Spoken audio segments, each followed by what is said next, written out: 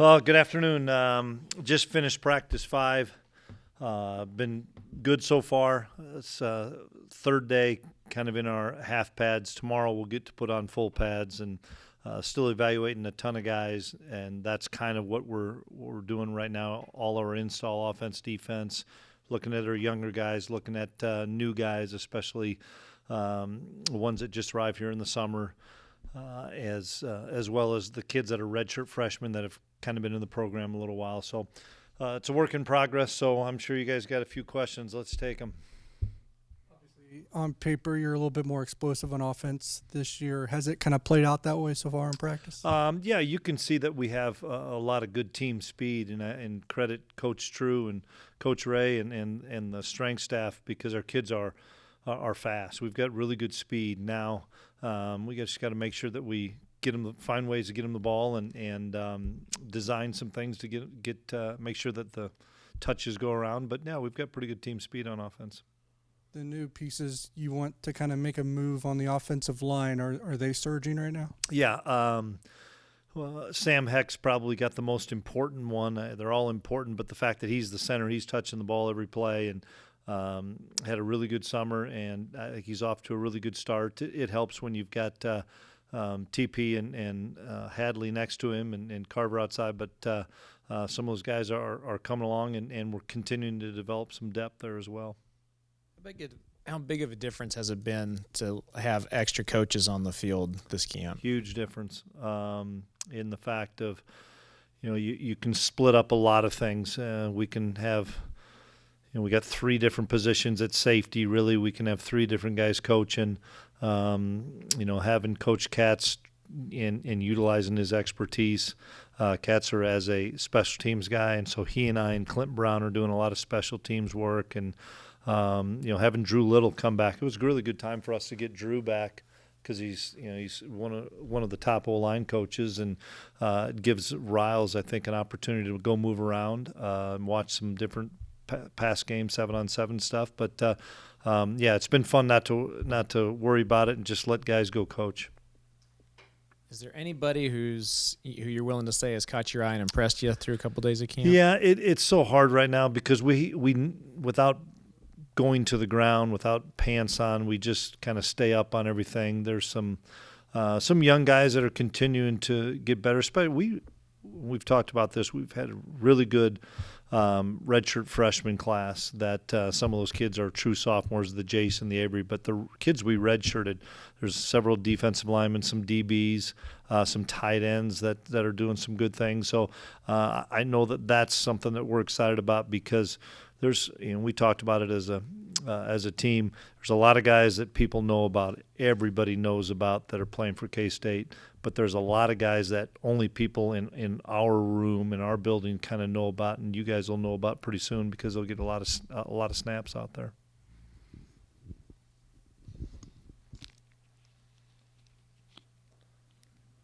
Can you expand a little bit on those young defensive ends and what you're seeing from them? Cheedy, Ryan Davis, Jordan Allen are the first 3 that come to mind as far as all guys that redshirted last year. We've got Mott and Stuff back, which is awesome to have those guys back. Throw in Travis Bates that we got this year. We have a lot of depth there, so we're trying to find different ways to get some guys on the field. But, Cheedy is bigger than the other 2. Maybe by 15, 20 pounds. He's playing a little bit different position. I think Coach Wyatt's done a really good job with those guys, because they have a different skill set. One of them may play the run better than the pass. Somebody may have a better pass rush. We need to steal a lot of snaps from those guys. Those guys can't just be auxiliary players. They've got to be really consistent role players that are going to get 15 to 30 snaps a game based on how the game plan goes and what kind of offense we're facing. But I'm excited, because we have a lot of depth and a lot of talent in that room. Tackle position.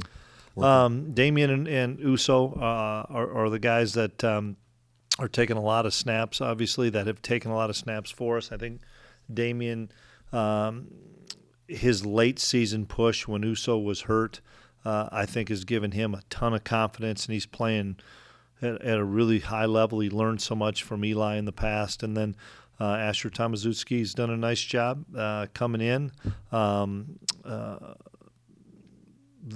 as a guy that we think can be a third. We're still learning about some of the true new guys that have come in here at D tackle.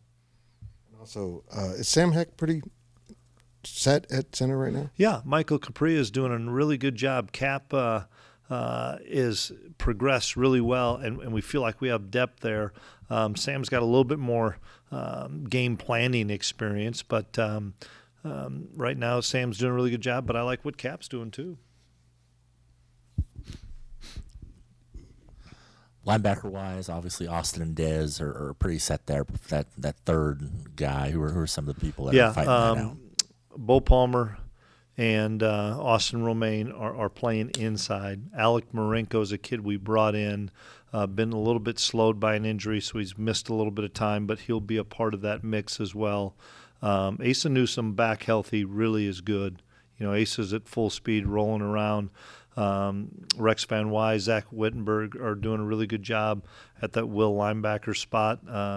And we've got some young guys that we're evaluating and looking at, but I'm excited. Terry Kirksey's a guy that has really done a good job of learning from that first year where it's hard to come in here and figure it all out.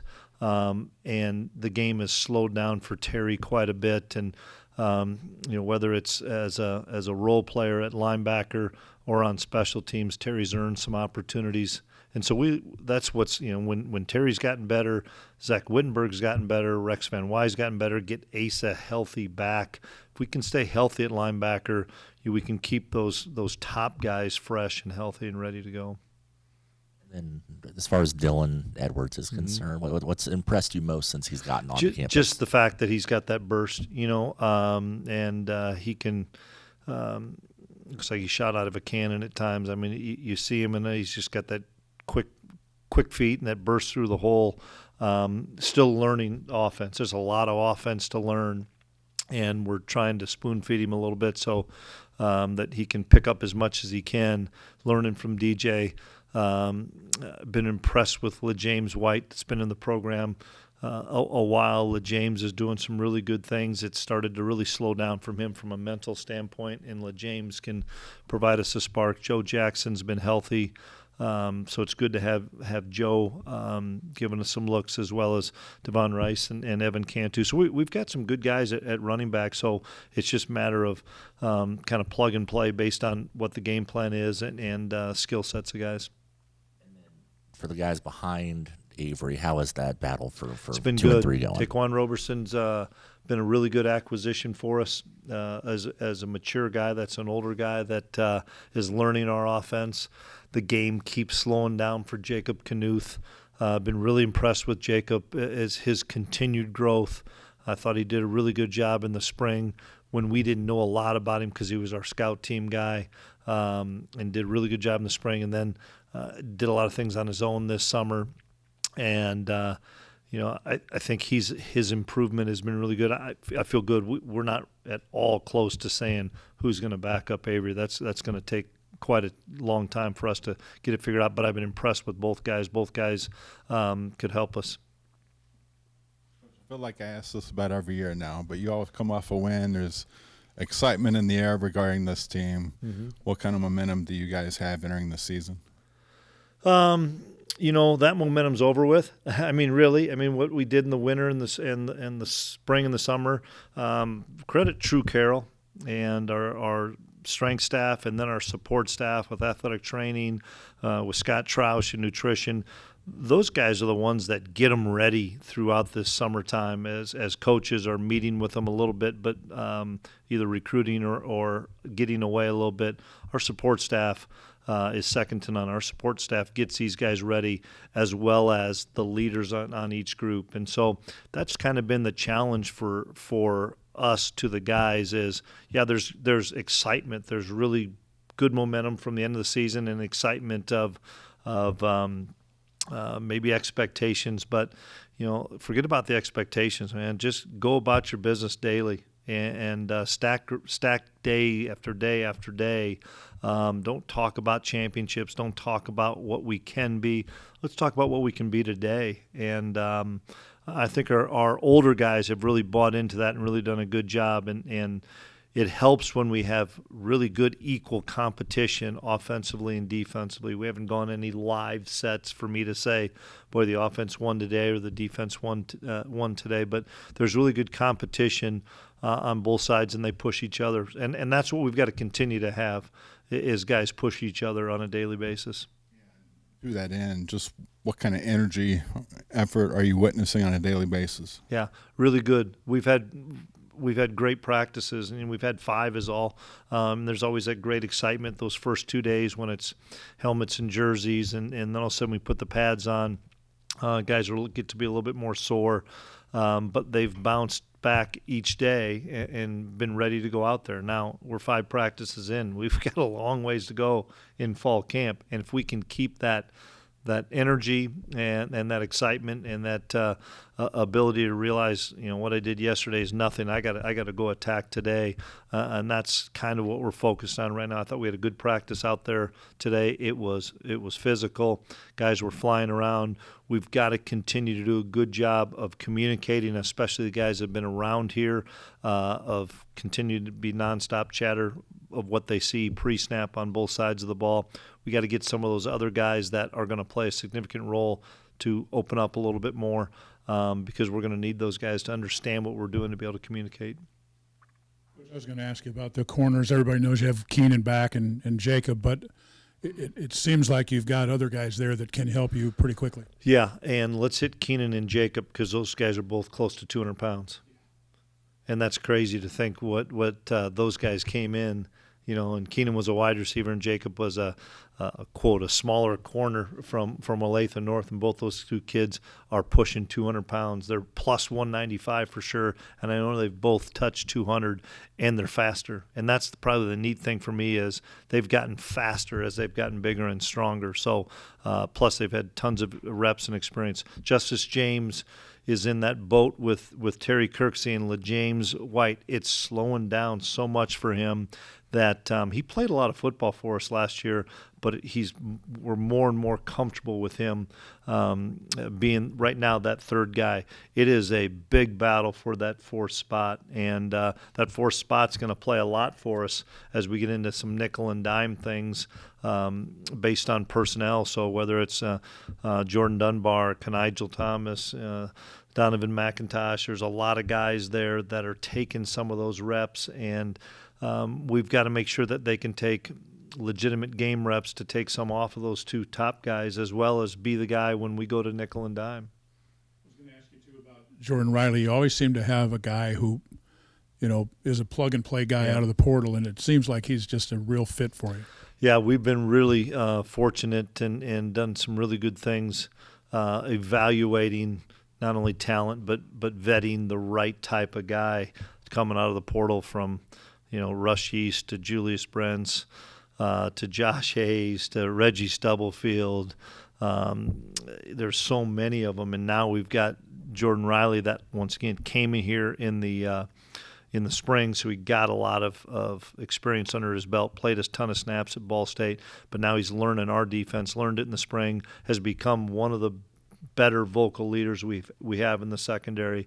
And when you throw VJ Payne, that is a really good vocal guy now, always has been, but he's really a lot more confident, and Jordan Riley and Marquise Siegel, you got 3 guys that are older guys that are really good football players that can really run the show back there. Switch back to Kirksey for a moment. Is it the same today as it was 6, 7, 8 years ago when a guy comes from the JUCO ranks to this level? I know he was a little bit beat up last year, but is he a guy that has all those tools? Yeah, I guess the difference from 6 to 7 years ago is if they didn't play their first year, they probably left, right? And 6 to 7 years ago, they found a way to fight through it and learn what they're doing. And credit to Terry, because he struggled last year mentally of picking it up. Plus, he was banged up a little bit, had a hamstring, had some other things. So we never could really see the kid that we knew we saw when we watched film and saw him live in junior college. And he stayed the course. And he's a wonderful kid. I love Terry because He loves football. He's locked in. He loves the guys at K-State. He listens to Austin, listens to Dez, and it's slowed down for him. And now he's playing a lot faster and playing with confidence. And there's a guy that said, "I'm not listening to the outside noise, so to speak," and say, "Man, I'm not ready yet." And then he worked his butt off, and he's going to help us this year. You were asked a couple moments ago about, is there somebody you want to mention already in terms of guys that are standing out? Yeah. A little twist to that. Is there a guy or two that's really intriguing to you right now, that whether they've taken that quantum leap or you're like, maybe it's 3 or 4 games in that this might be one of those guys? Yeah. I think, gosh, I'm the first guy in the press conference, and everybody else gets to go after we've had more and more practices, because it's so hard after 5 days. It really is. Keegan Johnson is a guy that we can keep him healthy. I think he's one of the best wide receivers in the Big 12, and our staff knows that as well. He continues to improve. Keenan Garber's another one that everybody knows he started and that stuff, but it wasn't that long ago the kid played at corner after playing wide receiver for 16 weeks, and he's playing in a Big 12 championship. And now you see all that work that he did in 23. The kid's a really confident corner, and glad he came back for another year. He's just a really confident guy going into his last year.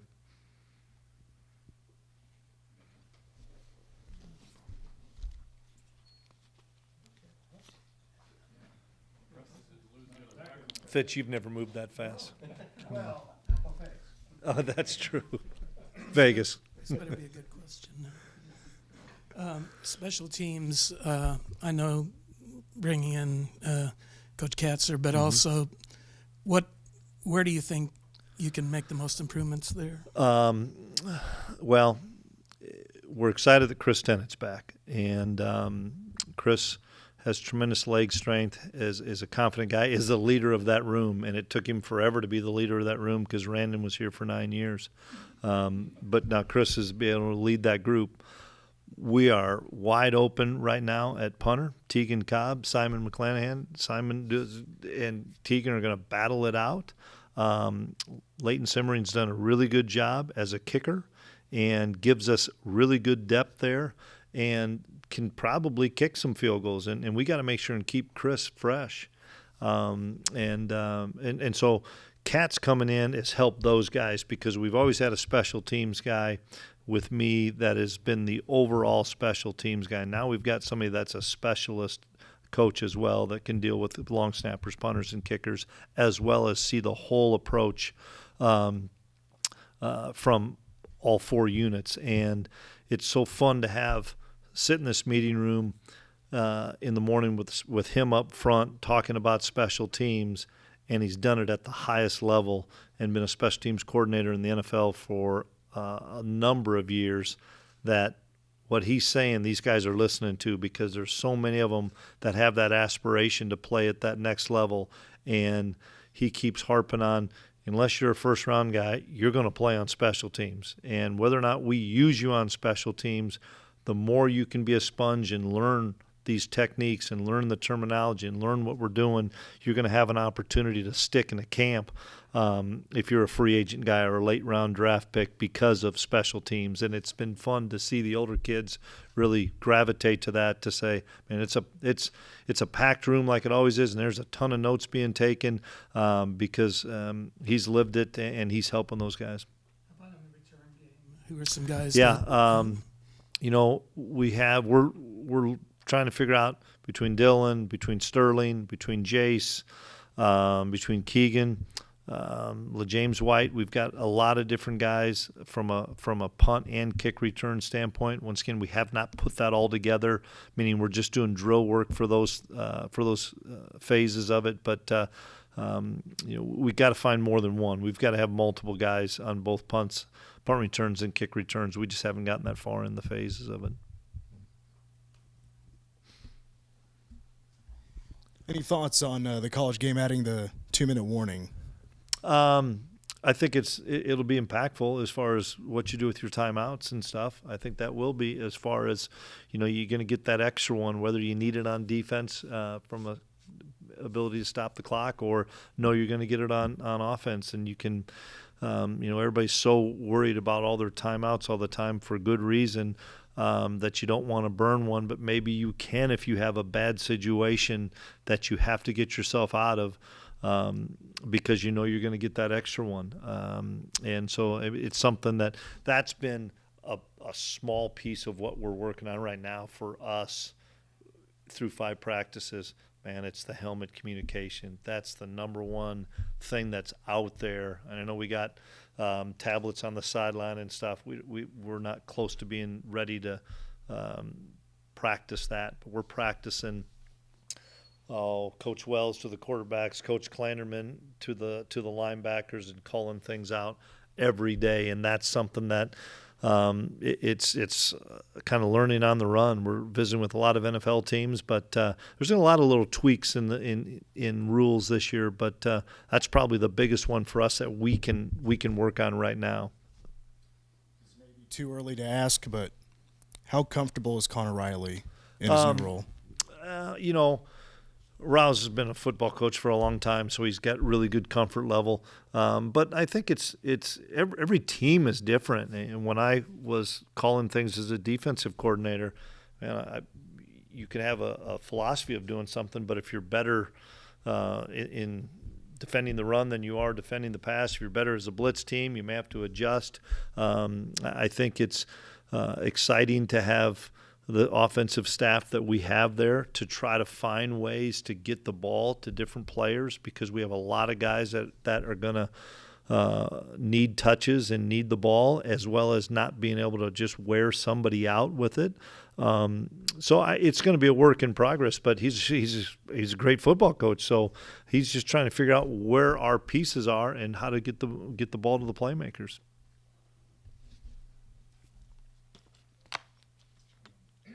Earlier when we talked about running backs, it sounded like you really liked your depth there. Mm-hmm. Ideally, would you like to get 4 or 5 different guys involved if they're ready for it? We would like to. Everybody knows DJ's going to be the guy that is going to have the most carries right now. DJ's a great player, and we've done a nice job of giving him the reps that he needs and then kind of shelving him a little bit right now, because we need DJ fresh for the long haul of the season. And we need to continue to see where Joe and LeJames are at, because they've been in the program quite a while, as well as Evan. But getting those guys the reps to see what they can handle as an every down back. And then obviously seeing different areas that we can put Dylan in and not throw everything at him right away. Because he's new to the program in June, and just kind of find ways for us to utilize Dylan and keep it simple enough right now as he's learning our whole offense. It's a lot of offense to learn. I think he's doing a heck of a job right now, but then we'll start shrinking some things down once we get to game plan. I just wanted to ask about Andrew Line Gang. Where's he working in practice right now? Liney's could play either guard right now or either tackle. We're keeping him inside right now as we continue to evaluate guys at guard, but he could play outside if need be. But some of the other guys that we want to see on the edges, we don't want to take those reps away from a John Pastore or an Easton Kilty, so we're keeping Liney inside. But he'd be the guy that could swing and do the most for sure.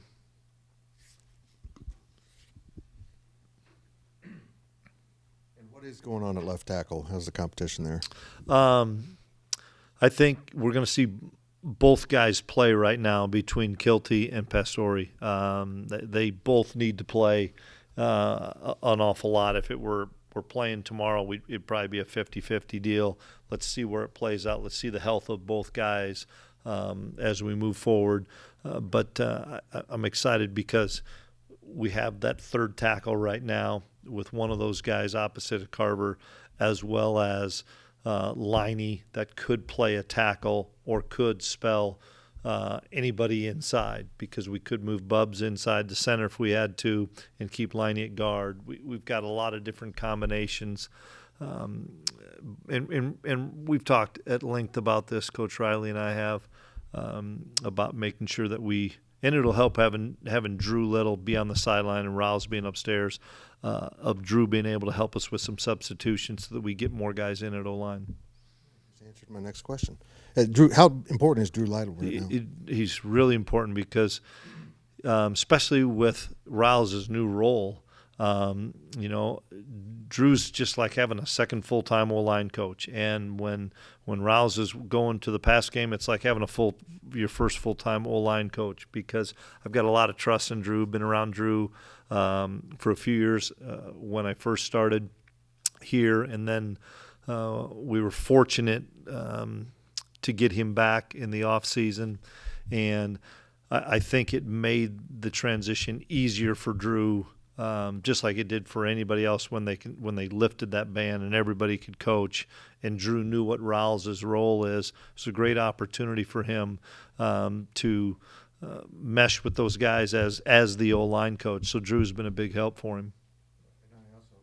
No, you're working on some different things on defense. You probably don't want to get into specifics, but are those moves trying to address kind of the rotation back towards running games in this conference?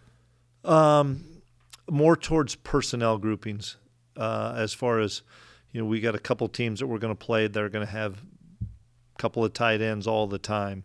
We've got to get bigger when they do that, and then and that potentially is some opponents we haven't played, and then there's some other ones that are going to spread you out a little bit more and spin it around, where then we've got to get smaller actually and get more speed guys. So the depth where we thought we had more of an issue at linebacker and having more skilled kids in the secondary and more D linemen going into camp feeling better because of some of the names we talked about at linebacker of stepping up, which is just going to help all of our special teams, because we're going to be able to keep really good players and really fresh guys on teams. Speaking of special teams, what are you looking at for the return specialists? As a returner? Yeah. All those guys we talked about before, between Dylan and between Sterling, between Jace Brown, Keegan Johnson. There's a lot of guys, James White. How is Dante kind of settled among the wide receivers? Seif's doing a really good job. We've kind of kept it where he's playing more of an outside receiver, which has slowed the game down for him some. But Seif's played a lot of high-level football, and I think it helped a bunch having him around in the spring, and then he was able to pick up where he left off, and he keeps learning what we're doing. Once again, we do some things that we're trying to simplify so that we can get some of those guys. We can keep Seif, and we keep Spivey, and we can keep Keegan, and we can keep Jace and Sterling and Tybo and Andre Davis. There's a bunch of guys that we're trying to utilize more so that we can keep guys fresh as wide receivers and simplify it so they're not playing 2 and 3 spots.